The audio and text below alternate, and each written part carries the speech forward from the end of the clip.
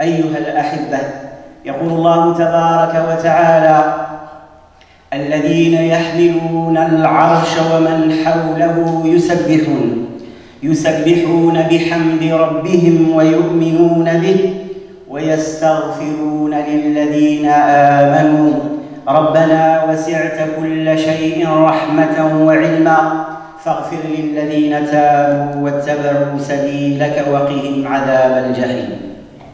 الملائكة أيها الأحبة عالم غيبي وخلق نوراني، إنهم عباد مكرمون لا يسبقون الله بالقول وهم بأمره يعملون.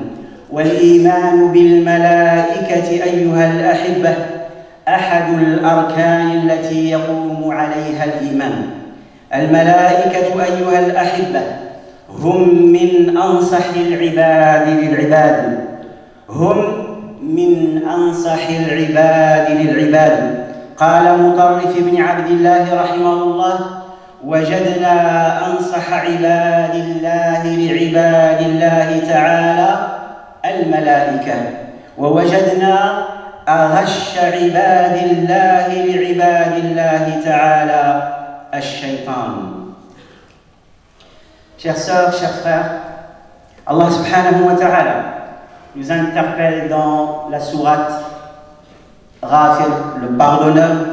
Il dit: les anges qui portent le trône, ce qu'on appelle Hamalatul Arsh, les porteurs du trône, les anges porteurs du trône. Les anges qui portent le trône et ceux qui l'entourent exaltent les louanges de leur Seigneur, proclament leur foi en lui et implorent son pardon en faveur de tous les croyants.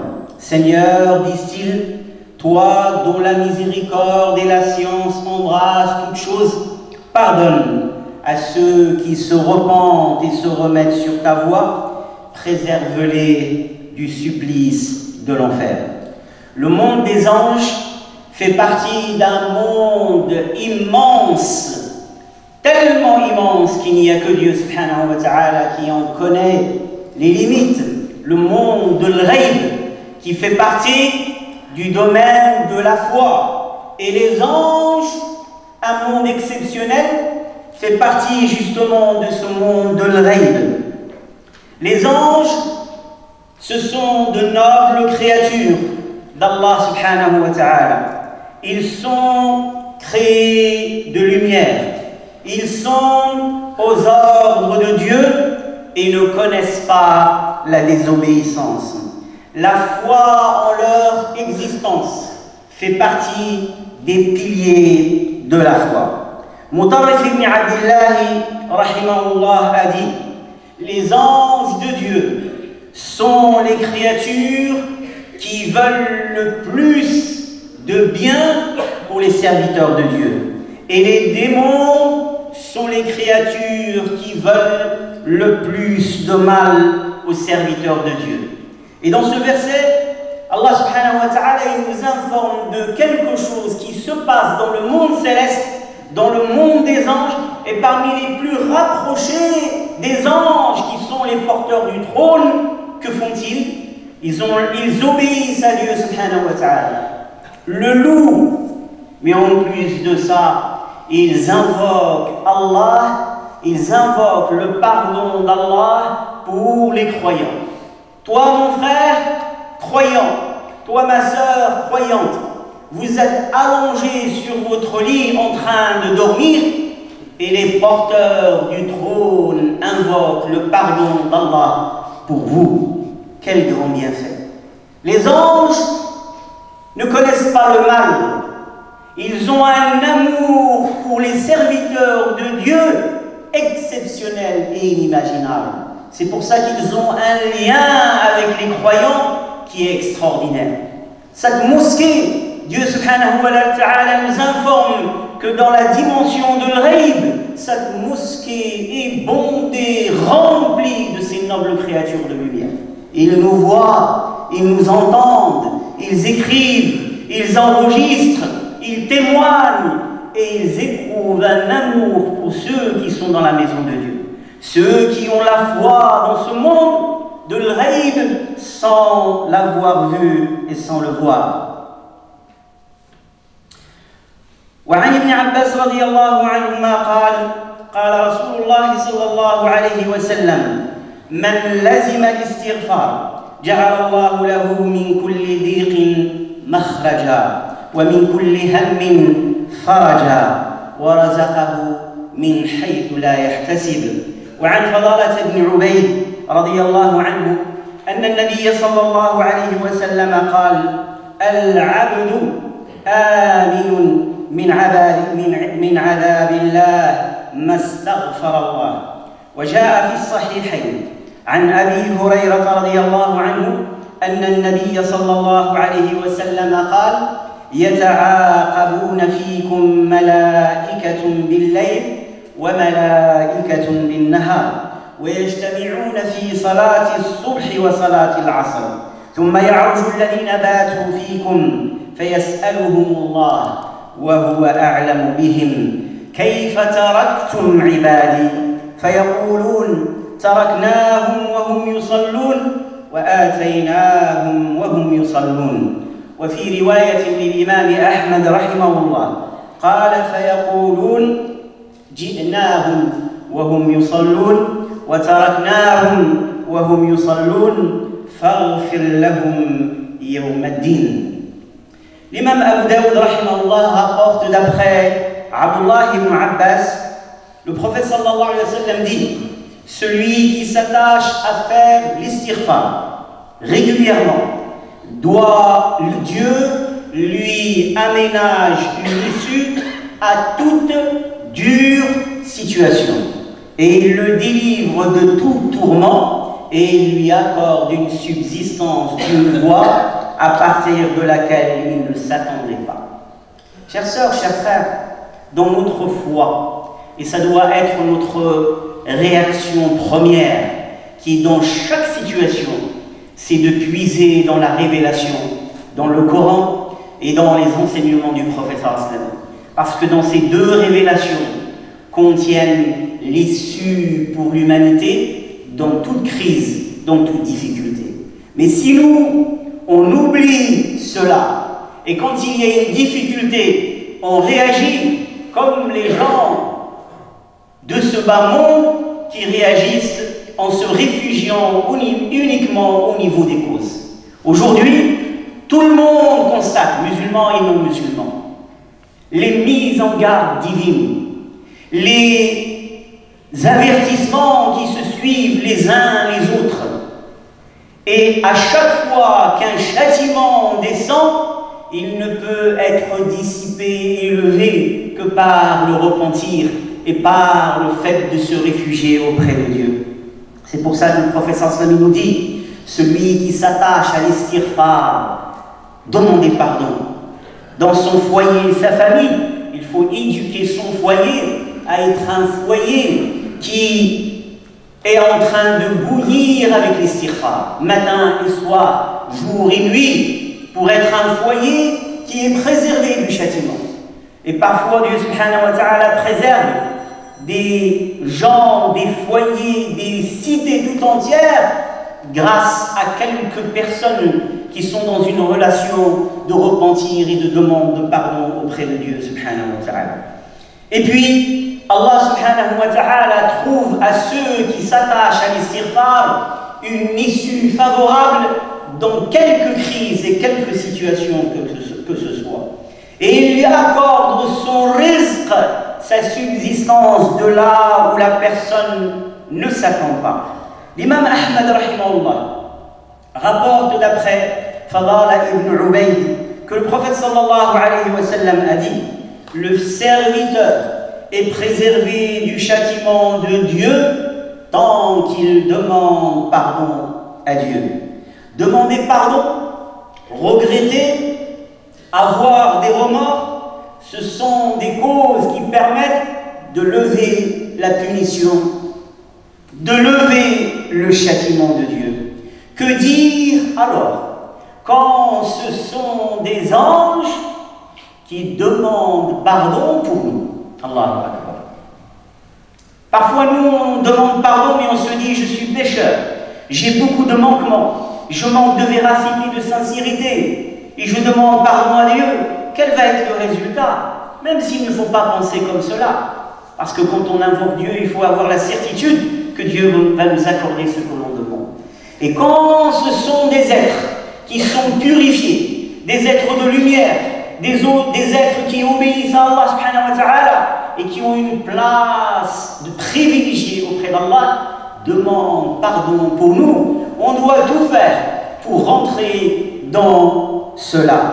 Comment bénéficier alors de ce soutien céleste, de ces anges rapprochés de Dieu, un soutien si précieux? Comment avoir les anges de son côté, en termes de demande de pardon, en termes d'invocation, en termes de proximité? Et les anges ont la capacité, Dieu leur a donné, d'être proches des serviteurs d'Allah d'une proximité qui est unique, comme on va le voir. L'imam Bukhari et l'imam Muslim, rahimahullah, rapportent d'après Abu Hurayrata radiyallahu anhu que le prophète sallallahu alayhi wa sallam a dit: des anges se relaient auprès de vous la nuit et d'autres le jour, et ils se rassemblent à la prière de l'aurore, al-Fajr, et à celle de l'après-midi, al-Asr. Puis ceux qui ont été près de vous, la nuit montent dans le ciel. Dieu les interroge et Dieu est mieux informé. Dans quel état vous avez laissé mes serviteurs? Et les anges répondent: nous les avons laissés en prière et nous les avions trouvés en prière.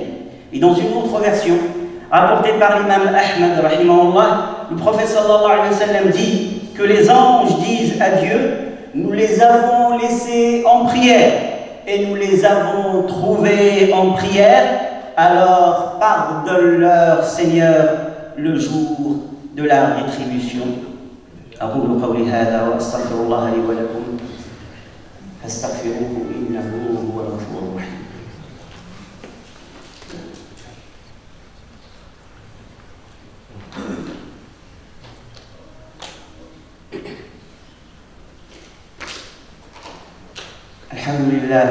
الحمد لله رب العالمين، الصلاة والسلام على أشرف الأنبياء والمرسلين سيدنا محمد وعلى آله وصحبه وسلم تسليما. أما بعد، أيها الأحبة، عن ابن عمر رضي الله عنهما قال رسول الله صلى الله عليه وسلم: من بات طاهرا بات في شعاره ملك، لا يستيقظ ساعة من ليل إلا قال الملك: اللهم اغفر لعبدك فلانا فإنه بات طاهرا. وعن أبي الدرداء رضي الله عنه قال رسول الله صلى الله عليه وسلم: ما من عبد مسلم يدعو لأخيه بظهر الغيب إلا قال الملك: آمين ولك بمثل.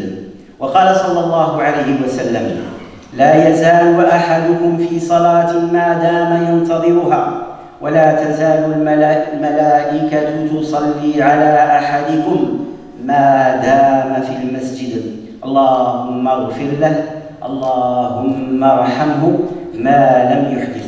وعن عامر بن ربيعة رضي الله عنه قال رسول الله صلى الله عليه وسلم: ما من مسلم يصلي عليه، اللهم صل على سيدنا محمد، ما من مسلم يصلي عليه إلا صلت عليه الملائكة ما دام يصلي عليه، فليقل عبد من ذلك أو ليكثر.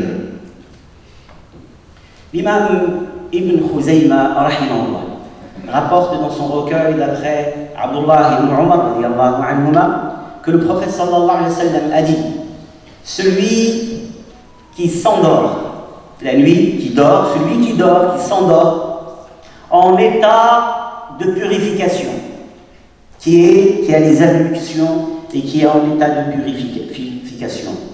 Un ange passe la nuit avec lui à l'intérieur de ses vêtements. À l'intérieur de ses vêtements. Et le mot arabe ici indique les vêtements qui sont directement en lien avec notre corps, c'est-à-dire les sous-vêtements. Un ange, il est aussi proche quand tu t'endors le soir en état de purification.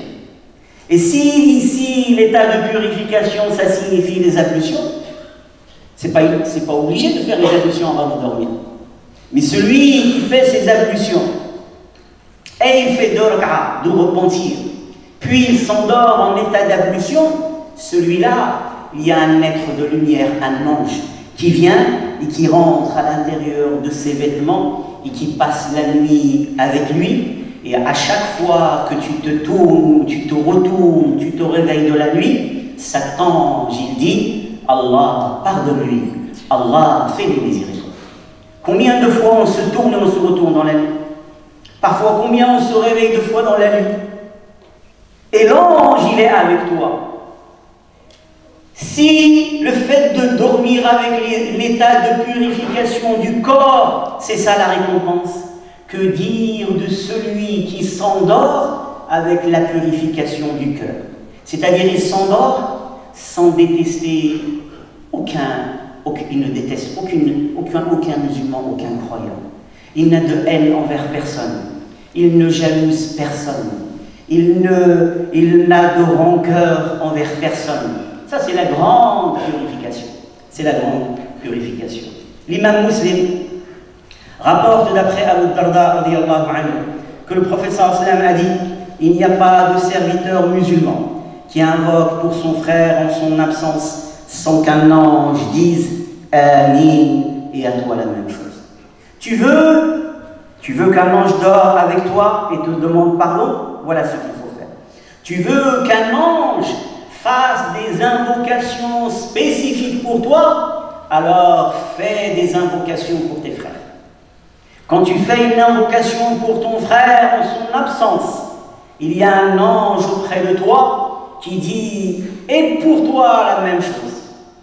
Et pour toi la même chose. » Et l'imam Muslim rahimahullah rapporte d'après Abu Hurayrata que le prophète sallallahu alayhi wa sallam a dit « Le serviteur ne cesse d'être en prière tant qu'il reste dans l'endroit où il va prier, à attendre la prière.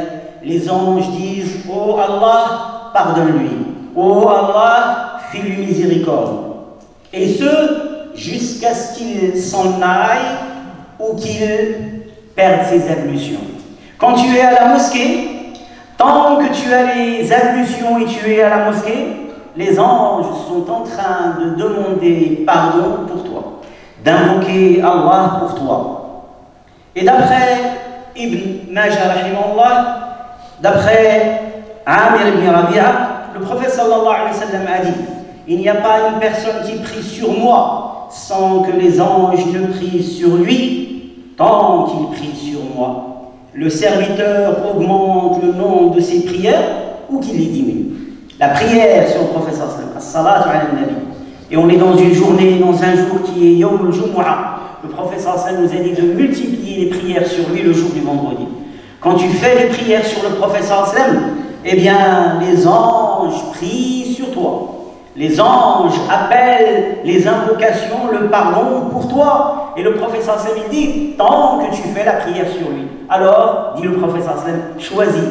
Soit tu multiplies, soit tu diminues. C'est ton choix. Quand on pense que les anges prient sur nous, invoquent Dieu pour nous, on est encouragé à encore continuer et encore multiplier les invocations. Voilà en résumé ici comment avoir, ou quelques œuvres qui nous permettent d'avoir les anges de son côté, qui prient pour nous et qui invoquent Dieu pour nous, parce que c'est une aide précieuse. Et le prochain prêche, vendredi prochain, on verra comment éviter d'avoir la malédiction des anges. Parce que les anges, il y a des créatures, il y a des gens et il y a des œuvres où les anges appellent la malédiction de Dieu sur ces gens-là.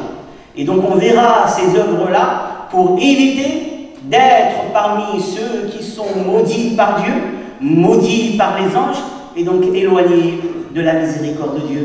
أقول قولي هذا وأستغفر الله لي ولكم. اللهم اهدنا فيمن هديت، تولنا فيمن توليت، وبارك لنا فيما رزقت وأعطيت.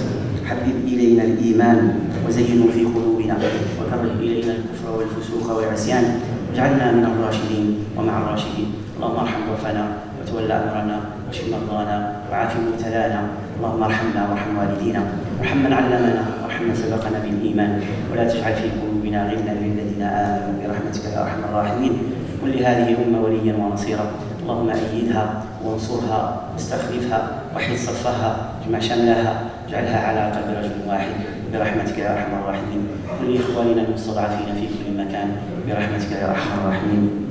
Chères sœurs, chers frères, une famille ont perdu leur grand-mère et ils vous demandent d'invoquer Dieu pour cette dame, Madame Ziedna. On demande à Allah subhanahu wa ta'ala de lui accorder son immense miséricorde. اللهم ارحمها رحمة واسعة، اللهم ارحمها رحمة واسعة، اللهم اغسلها بالماء والثلج والبرد، ونقها من الذنوب والخطايا كما ينقى الثوب الأبيض من الدنس. اللهم الحقها بالنبيين والصديقين والشهداء والصالحين وحسن أولئك رفيقا. اللهم نور قبرها برحمتك يا أرحم الراحمين. اللهم اجعل قبرها روضة من رياض الجنة. اللهم ثبتها عند السؤال بفضلك وجودك يا أرحم الراحمين. اللهم ارحم جميع موتى المسلمين يا أرحم الراحمين يا رب العالمين. واختم لنا بالشهادتين، واختم لنا بلا إله إلا الله محمد رسول الله. وآخر دعوانا الحمد لله رب العالمين.